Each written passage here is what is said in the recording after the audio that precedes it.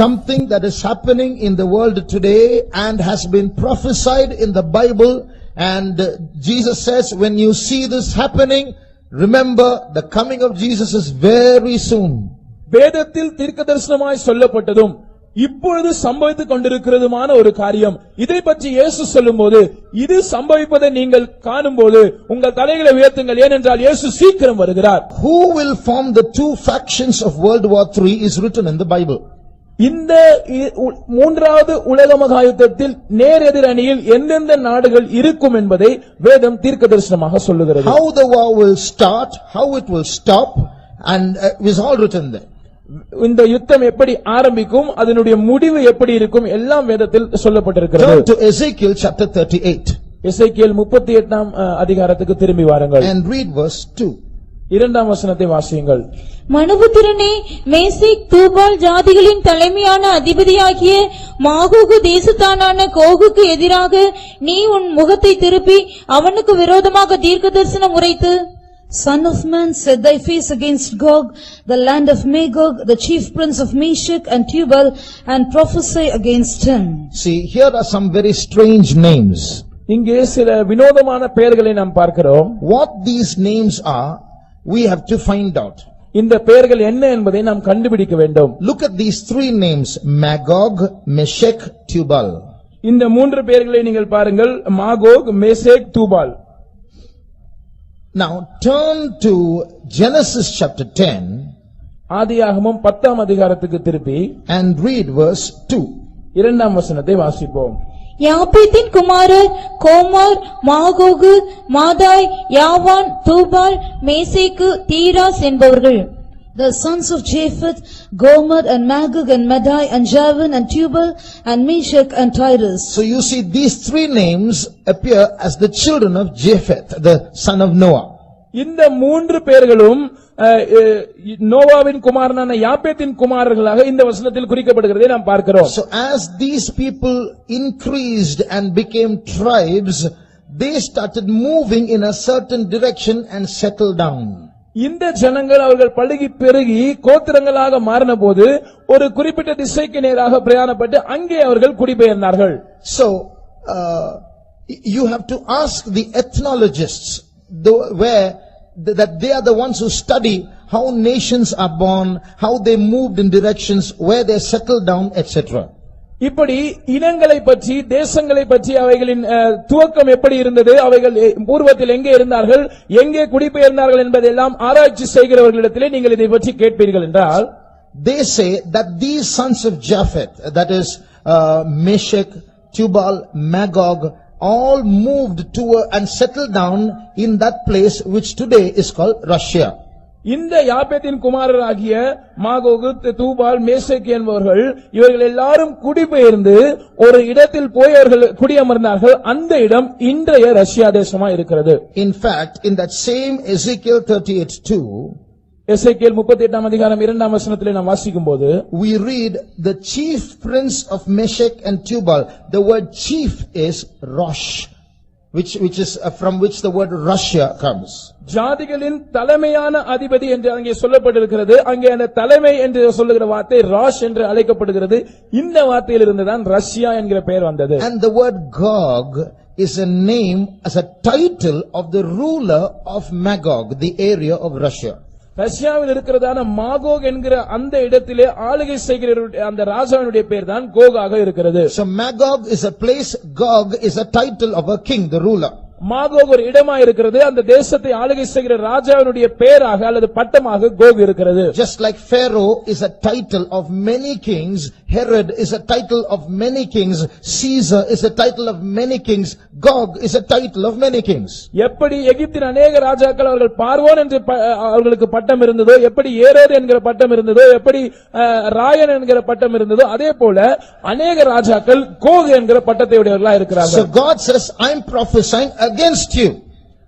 கர்த்தர் சொல்லுகிறார், நான் உனக்கு விரோதமாக தீர்க்கதரிசனம் சொல்லுகிறேன். And in verse 4 God says, I'm going to put jaws in your hooks into your jaws and I'm going to drag you towards Israel. நான்காம் வசனம் சொல்லுகிறது, நான் உன் வாயில் துறடுகளை போட்டு உன்னை இஸ்ரவேலுக்கு நேராக இழுத்து கொண்டு வரப்போகிறேன். And Persia and Ethiopia and Libya, they're all going to come with you. உன்னோடு கூட பெர்சியரும் எத்தியோப்பியரும் லீபியரும் வருவார்கள். So which means with Russia, many other countries of today which are called by ancient names in the Bible are going to join with Russia and go towards Israel. தங்களுடைய ஆதி நாட்களில் இருந்ததான பெயரினால் அழைக்கப்படுகிற அநேக நாடுகள் வேதத்திலே குறிப்பிடப்பட்டிருக்கிறது. அவைகள் ரஷ்யாவோடு கூட சேர்ந்து இஸ்ரவேல் தேசத்துக்கு விரோதமாக யுத்தத்தில் கலக்கும். Verse 8 says, this shall happen in the latter years. இது பின் நாட்களில் சம்பவிக்கும் என்று 8ஆம் வசனம் சொல்லுகிறது. So this is what is going to happen as a third world war. இதுதான் மூன்றாவது உலக மகா யுத்தமாக நடக்க போகிறது. Now there are different nations. I'm going to just mention one nation that is present today that is going to join Russia in this battle. இன்றைக்கு இருக்கிறதான ஒரு நாடு ரஷ்யாவோடு அது யுத்தத்தில் இஸ்ரவேலுக்கு விரோதமாக சேர்ந்து கொள்ள போகிறது. அந்த நாட்டை நான் உங்களுக்கு குறிப்பிட்டு சொல்லுகிறேன். Read verse 5. 5ஆம் வசனத்தை வாசியுங்கள். அவர்களோட கூட பெர்சியரும் எத்தியோப்பியரும் Persia. So Persia is one country that is going to join with Russia and go to the battle against Israel. இந்த பெர்சியா தேசமானது ரஷ்யாவோடு சேர்ந்து கொண்டு இஸ்ரவேலுக்கு விரோதமாய் யுத்தம் செய்ய போகிறது. Verse 8 says they are going to go towards Israel. 8ஆம் வசனம் சொல்லுகிறது, அவர்கள் இஸ்ரவேலுக்கு நேராக அவர்கள் பிரயாணப்படுவார்கள். Now listen. கவனியுங்கள். In the year 1935, 1935ஆம் வருஷத்தில், till 1935 Persia was Persia. In 1935, just like Bharat and Hindustan became India, Persia changed its name. 1935ஆம் ஆண்டு வரைக்கும் பெர்சியா தேசம் என்றுதான் அழைக்கப்பட்டது. ஆனால் எப்படி பாரத் இந்துஸ்தான் என்கிற பெயர் மாறி இந்தியா தேசம் என்று பெயரிடப்பட்டிருக்கிறதோ அதே போல பெர்சியா தேசமும் பெயர் மாற்றம் அடைந்தது. In the year 1935, the country of Persia became known as Iran. 1935ஆம் வருஷத்தில் பெர்சியா தேசம் இனி ஈரான் என்று அழைக்கப்பட்டது. So this Bible says that Russia and Persia are going to join with many countries and travel towards the mountains of Israel with their armies. இந்த வேதம் சொல்லுகிற காரியம் என்னவென்றால், இந்த ரஷ்யா தேசமும் இந்த பெர்சியா தேசமும் இன்னும் அநேக நாடுகளை சேர்த்துக் கொண்டு இஸ்ரவேல் தேசத்தின் மலைகளுக்கு விரோதமாய் அவைகள் தங்கள் ராணுவங்களை சேர்த்துக் கொண்டு போக போகிறது. See, all this is Golan Heights. These are mountains. இந்த கோலன் ஹைட்ஸ் என்று சொல்லப்படுகிற இடம் அது மலைப்பகுதியா இருக்கிறது. The entire area there are so many mountains. அந்த கோடிட்டு காண்பிக்கப்படுகிற பகுதி எல்லாம் முழுவதும் மலைப்பகுதியா இருக்கிறது. Russia is this portion. Russia அந்த பகுதியா இருக்கிறது. So Russia and Iran and many countries will join together, form a coalition army and march towards Israel, crossing these mountains. ரஷ்யாவும் ஈரானும் இன்னும் அதை சுற்றி இருக்கிற அநேக நாடுகளும் ஒன்று சேர்ந்து ஒரு கூட்டு ராணுவமாக இந்த மலை பிரதேசத்தை நோக்கி தங்களுடைய ராணுவத்தை அனுப்ப போகிறது. And what is going to happen? சம்பவிக்க போகிறது என்ன? As they come near Israel, அவர்கள் இஸ்ரவேல் தேசத்தை நெருங்கி வரும்போது they are saying to themselves, it's very easy, just cross the mountains of Israel. There are no fortresses, no fortifications, no walls. It's easy to take over Israel, they will say. அவைகள் சொல்ல போகிற காரியம் என்னவென்றால், இஸ்ரவேல் தேசத்தை நாம் எளிதாக கைப்பற்றி விடலாம், இந்த மலைகளை மாத்திரம் நாம் கடந்தால் போதும், இஸ்ரவேல் தேசத்துக்கு எந்தவித மதில்களும் கிடையாது, எந்த பாதுகாப்பும் கிடையாது, அரண்களும் கிடையாது, இது சுலபமான வெற்றியா இருக்கும் என்று சொல்லுவார்கள். Because there's lack of time, I'm skipping some details. நேரம் குறைவா இருக்கிறபடினால் சில விளக்கங்களை நான் தவிர்க்கிறேன். Now at this time, when one faction, one group of armies is joining together to come against Israel, who will support Israel? இப்படி ஒரு கூட்ட தேசங்கள் தங்கள் ராணுவத்தை ஒன்று சேர்த்து கூட்டு ராணுவமாக உண்டாக்கும் போது இஸ்ரவேலுக்கு ஆதரவாக யார் வருவார்? Till now, Israel is supported by America, Britain and some European English speaking countries. இதுவரைக்கும் இஸ்ரவேல் தேசத்துக்கு ஆதரவாக இருந்து வருகிற நாடுகளில் முக்கியமான நாடுகள் அமெரிக்க தேசம், இங்கிலாந்து தேசம் மற்றும் சில ஐரோப்பிய தேசங்களா இருக்கின்றன. In verse 13, you will see those countries that are supporting Israel. இப்பொழுது 13ஆம் வசனத்திலே இஸ்ரவேல் தேசத்துக்கு ஆதரவு கொடுக்கிற சில தேசங்களை நாம் அங்கே வாசிக்கிறோம். Sheba and Dedan refer to some Gulf countries that will support Israel. சேபா மற்றும் தேதான் தேசங்கள் சில வளைகுடா நாடுகளை குறிக்கின்றன. இவைகள் இஸ்ரவேலுக்கு ஆதரவாய் இருக்கும். And then we read of the merchants of Tarshish. அதற்கு பிற்பாடு தர்ஷீஷின் வர்த்தகரை குறித்து நாம் வாசிக்கிறோம். Which place is Tarshish? Tarshish என்பது எந்த இடம்? The word, the Tarshish, Bible scholars doing research say Tarshish was a place where you used to get tin. It was a source of tin. தர்ஷீஸ் என்கிறதான இந்த இடம் டின் என்கிற உலோகம் கிடைக்கக்கூடியதான இடமாயிருந்தது என்று ஆராய்ச்சியாளர்கள் சொல்லுகிறார்கள். And today's Great Britain, the word Britain, which comes from the word Britannia, means a source of tin. இன்றைக்கு இருக்கிறதான பிரிட்டன் அல்லது பிரிட்டானியா என்கிற பெயரிலிருந்து இதனுடைய பெயர் வருகிறது. இந்த பிரிட்டானியா என்கிற வார்த்தைக்கு அர்த்தம் இந்த டின் கிடைக்கக்கூடிய ஒரு இடம். So Bible scholars say that Great Britain is Tarshish. வேத அறிஞர்கள் சொல்லுகிறார்கள் இந்த கிரேட் பிரிட்டன் நாடுதான் அது தர்ஷீஷ் ஆய் இருக்கிறது. So here in this verse in Ezekiel chapter 38 and verse 13 we read that Tarshish and the young lions thereof. இங்கே இந்த 38ஆம் அதிகாரத்தின் 13ஆம் வசனத்திலே நாம் வாசிக்கிறோம் தர்ஷீஷின் வர்த்தகரும் அதனுடைய பாலசிங்கங்களும். What is that? அதன் அர்த்தம் என்ன? Great Britain is that place where you see the English speaking countries. Great Britain என்று சொல்லப்படுகிற அந்த பகுதியில் தான் ஆங்கிலத்தை பேசுகிற நாடுகள் உண்டு. So from this Great Britain people migrated to America, Canada, Australia. Those are English speaking countries. இந்த கிரேட் பிரிட்டனிலிருந்து தான் அமெரிக்கா, கனடா மற்றும் ஆஸ்திரேலியா போன்ற நாடுகளுக்கு ஜனங்கள் குடிபெயர்ந்து சென்றார்கள். இப்பொழுது அவைகளும் ஆங்கிலம் பேசுகிற நாடுகளாய் இருக்கின்றன. They are the young lions of Tarshish. இவர்கள் தான் தர்ஷீஷின் பாலசிங்கங்களாய் இருக்கிறார்கள். So these are the factions that are supposed to support Israel.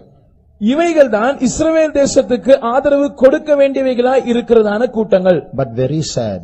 ஆனால் துக்கமான விஷயம், when Russia and Iran and those countries are taking their armies towards Israel.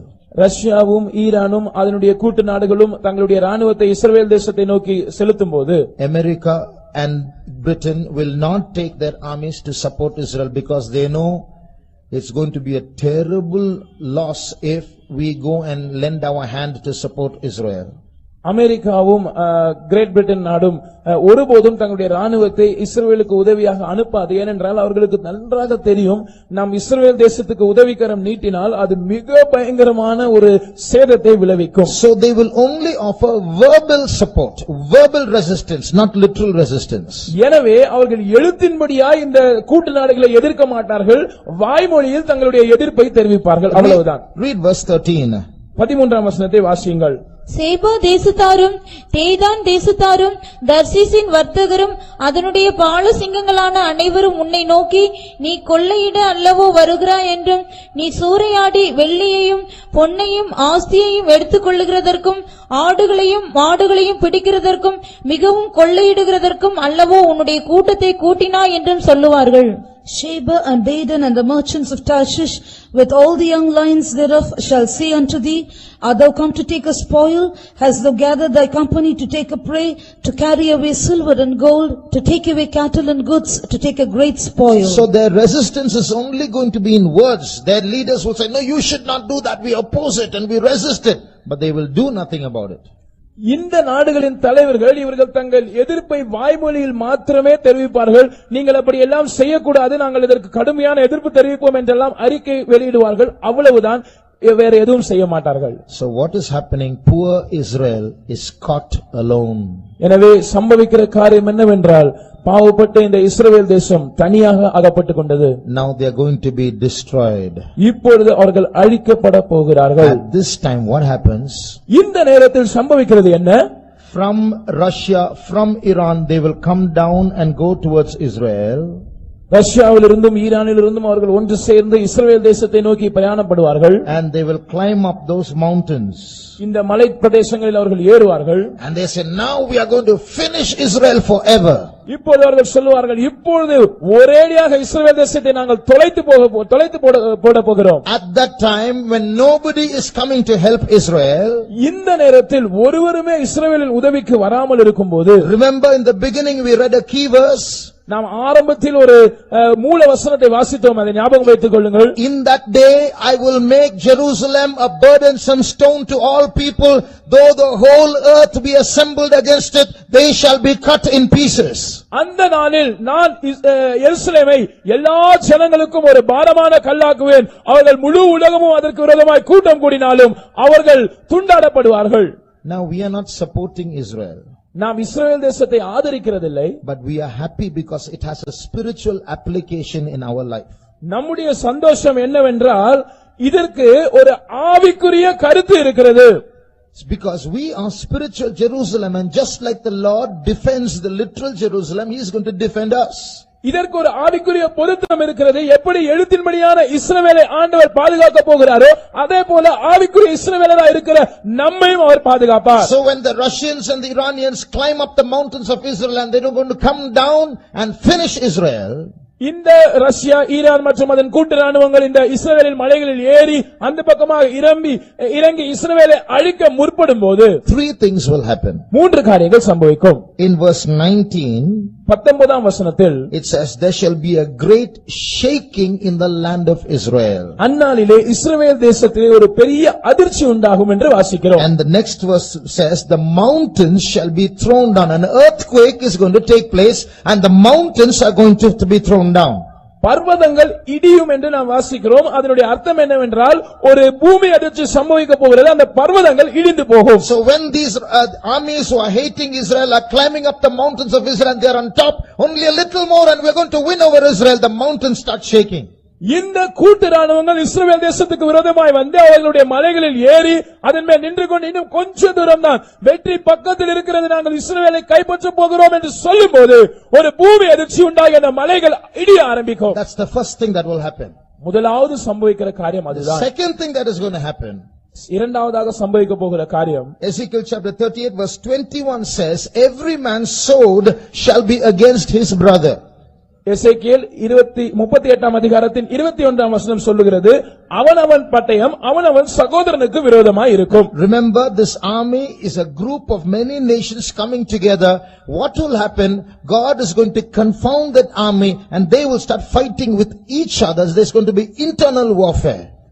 ஞாபகம் வைத்துக் கொள்ளுங்கள், இந்த கூட்டு ராணுவமானது அநேக தேசங்களை சேர்ந்த ராணுவங்களின் ஒரு தொகுப்பா இருக்கிறபடினாலே ஆண்டவர் இவர்களுக்குள் ஒரு குழப்பத்தை அனுப்புவார். எனவே இவர்கள் ஒருவரோடு ஒருவர் சண்டையிட ஆரம்பிப்பார்கள். That's the second thing that will happen. சம்பவிக்க போகிற இரண்டாவது காரியம் இதுதான். Thirdly, மூன்றாவது, there's going to be a rain. ஒரு மழை பெய்ய போகிறது. Not a rain of water. அது தண்ணீர் மழை அல்ல. It's a rain of hailstones, fire and brimstone in verse 22. 22ஆம் வசனத்தில் நாம் வாசிக்கிறபடி அது ஒரு பெருங்கல்மழையும் அக்கினி மழையும் கந்தக மழையுமாய் இருக்கும். So by these three supernatural events, a great destruction is going to come upon not Israel but the enemies of Israel. இயற்கைக்கு அப்பாற்பட்ட இந்த மூன்று நிகழ்வுகளினால் இஸ்ரவேலுக்கு அல்ல, இஸ்ரவேலின் சத்துருக்களுக்கு ஒரு பேரடி உண்டாகும். As a result of these three supernatural events, what is going to happen? இந்த மூன்று இயற்கைக்கு அப்பாற்பட்ட சம்பவங்களினால் சம்பவிக்க போகிறது என்ன? When we come to the next chapter, Ezekiel 39, எசேக்கியேல் 39ஆம் அதிகாரத்துக்கு நாம் வரும்போது, again the prophecy says, prophesy against Gog and Meshech and Tubal. மறுபடியும் தீர்க்கதரிசனம் சொல்லுகிறது, நீ கோகுக்கு விரோதமாக மேசேக் தூபால் என்பவர்களுக்கு விரோதமாக தீர்க்கதரிசனம் சொல்லு. Read verse 2. இரண்டாம் வசனத்தை வாசிப்போம். நான் உன்னை திருப்பி உன்னை 6 துறடுகளால் இழுத்து உன்னை வடபுறங்களிலிருந்து எழும்பவும் இஸ்ரவேல் மலைகளில் வரவும் பண்ணி. Read verse 3 and 4 also. உன் வில்லை உன் இடது கையிலிருந்து தட்டிவிட்டு உன் அம்புகளை உன் வலது கையிலிருந்து விழப்பண்ணுவேன். நீயும் உன் எல்லா ராணுவங்களும் உன்னோடு இருக்கிற ஜனங்களும் இஸ்ரவேல் மலைகளில் விழுவீர்கள். உராஞ்சுகிற there's no time, we'll see in Tamil alone. What is written here? இங்கே என்ன சொல்லப்பட்டிருக்கிறது? God is telling the enemies of Israel, I will smite your bow out of your left hand and throw down your arrow from your right hand and make you empty-handed. நான் உன் வில்லை உன் இடது கையிலிருந்து தட்டிவிட்டு உன் அம்புகளை உன் வலது கையிலிருந்து விலப்பண்ணி உன்னை ஆயுதம் இல்லாமல் வெறுங்கையாக மாற்றி And you and your armies are going to fall upon the mountains of Israel. நீயும் உன் எல்லா ராணுவங்களும் உன்னோடு இருக்கிற ஜனங்களும் இஸ்ரவேல் வழியிலே விழப்போகிறீர்கள். And verse 2 says, only a sixth part of you will remain. இரண்டாம் வசனம் சொல்லுகிறது, உங்களில் 1/6 தான் மீதியா இருப்பீர்கள். Which means 5/6 of the army of the enemies of Israel are going to be destroyed not by war but by natural calamities இதனுடைய அர்த்தம் என்னவென்றால் and internal war. இதனுடைய அர்த்தம் என்னவென்றால் இஸ்ரவேல் தேசத்துக்கு விரோதமாய் வருகிறதான இந்த ராணுவத்தில் 5/6 ஜனங்கள் இந்த யுத்தத்தினால் அல்ல, அவர்களுக்குள் சம்பவிக்க போகிற உள்கலகத்தினாலும் இந்த இயற்கை பேரழிவுகளினாலும் அழிக்கப்படுவார்கள். So what is going to happen? என்ன நடக்க போகிறது? The third world war is about to start and the armies are destroyed so much, only 1/6 is left. மூன்றாவது உலக மகா யுத்தம் இனிதான் துவங்குவதாக இருக்கிறது. ஆனால் அதற்குள்ளாக ஒரு ராணுவத்தின் பெரும்பகுதி 5/6 அழிக்கப்பட்டது, ஒரு சின்ன பகுதி தான் மீந்திருக்கிறது. So when this 1/6 itself is a big number, they are going to decide whether to fight against Israel or not. இந்த 1/6 இருந்து மீதியா இருக்கிறவர்களே ஒரு பெரிய கூட்டமாக இருப்பார்கள். அவர்கள் ஒன்று சேர்ந்து இஸ்ரவேலுக்கு விரோதமாக யுத்தம் பண்ணுவதா வேண்டாமா என்று முடிவு செய்வார்கள். At that time, அந்த நேரத்தில் from the European Union, ஐரோப்பிய யூனியனில் இருந்து, as I told you yesterday, a little horn will come up. நான் நேற்றைக்கு சொன்னது போல ஒரு சின்ன கொம்பு முளைத்தெழும்பும். He is going to be the leader of the European Union. He will come and he will command peace between these two factions and he will bring about a beautiful solution and how to create peace. அவன் ஐரோப்பிய ஐக்கிய நாடுகளின் தலைவனாயிருப்பான். அவன் இந்த ஐரோப்பிய ஐக்கிய நாடுகளின் மத்தியிலிருந்து முளைத்தெழும்பி இந்த பிரச்சனைக்கு சுமூகமாக தீர்வு காண்பது எப்படி என்று சொல்லி ஒரு சமாதான உடன்படிக்கையை முன்வைப்பான். அது மிகவும் ஆச்சரியப்படக்கூடியதா இருக்கும். So in the Temple Mount area where there is a friction about the mosque and about Solomon's temple being rebuilt, he will give a peaceful solution.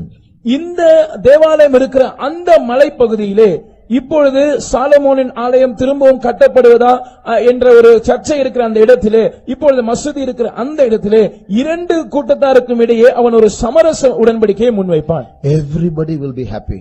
எல்லாரும் அப்பொழுது மிகவும் திருப்தியாய் சந்தோஷமாய் இருப்பார்கள். Because this man has commanded a solution and stopped a great world war which could have destroyed crores and crores of people.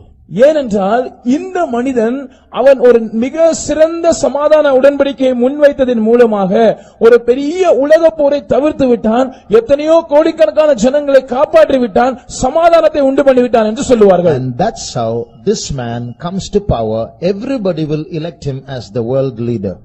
இப்படித்தான் இந்த நபர் அவன் அதிகாரத்துக்கு வருவான். எல்லாரும் ஒன்று சேர்ந்து அவனை ஒரு உலக தலைவனாக It's தேர்ந்தெடுப்பார்கள். about this time that Jesus will come. இந்த காலகட்டத்தில் தான் இயேசு வருவார். Before, just before or just after? இதற்கு சற்று முன்பாக அல்லது உடனடியாக இதற்கு பின்பாக? As I told you a little while ago, you can't wait till then and say I'll enjoy life and then get ready. There's no time for that. நான் உங்களுக்கு ஏற்கனவே சொன்னது போல, நான் அதுவரைக்கும் சற்று வாழ்க்கையை அனுபவித்துக் கொள்ளுகிறேன், சற்று சந்தோஷமாக இருந்து கொள்ளுகிறேன், அதுக்கு பிற்பாடு நான் ஆயத்தமாகிக் கொள்வேன் என்று சொல்வதற்கு உங்களுக்கு நேரம் இல்லை. So you have heard so much. Remember how quickly Jesus is going to come. நீங்கள் இவ்வளவு அதிகமான காரியங்களை கேட்டிருக்கிறீர்கள். நினைவில் வைத்துக் கொள்ளுங்கள், இயேசு எவ்வளவு சீக்கிரமாய் வரப்போகிறார்.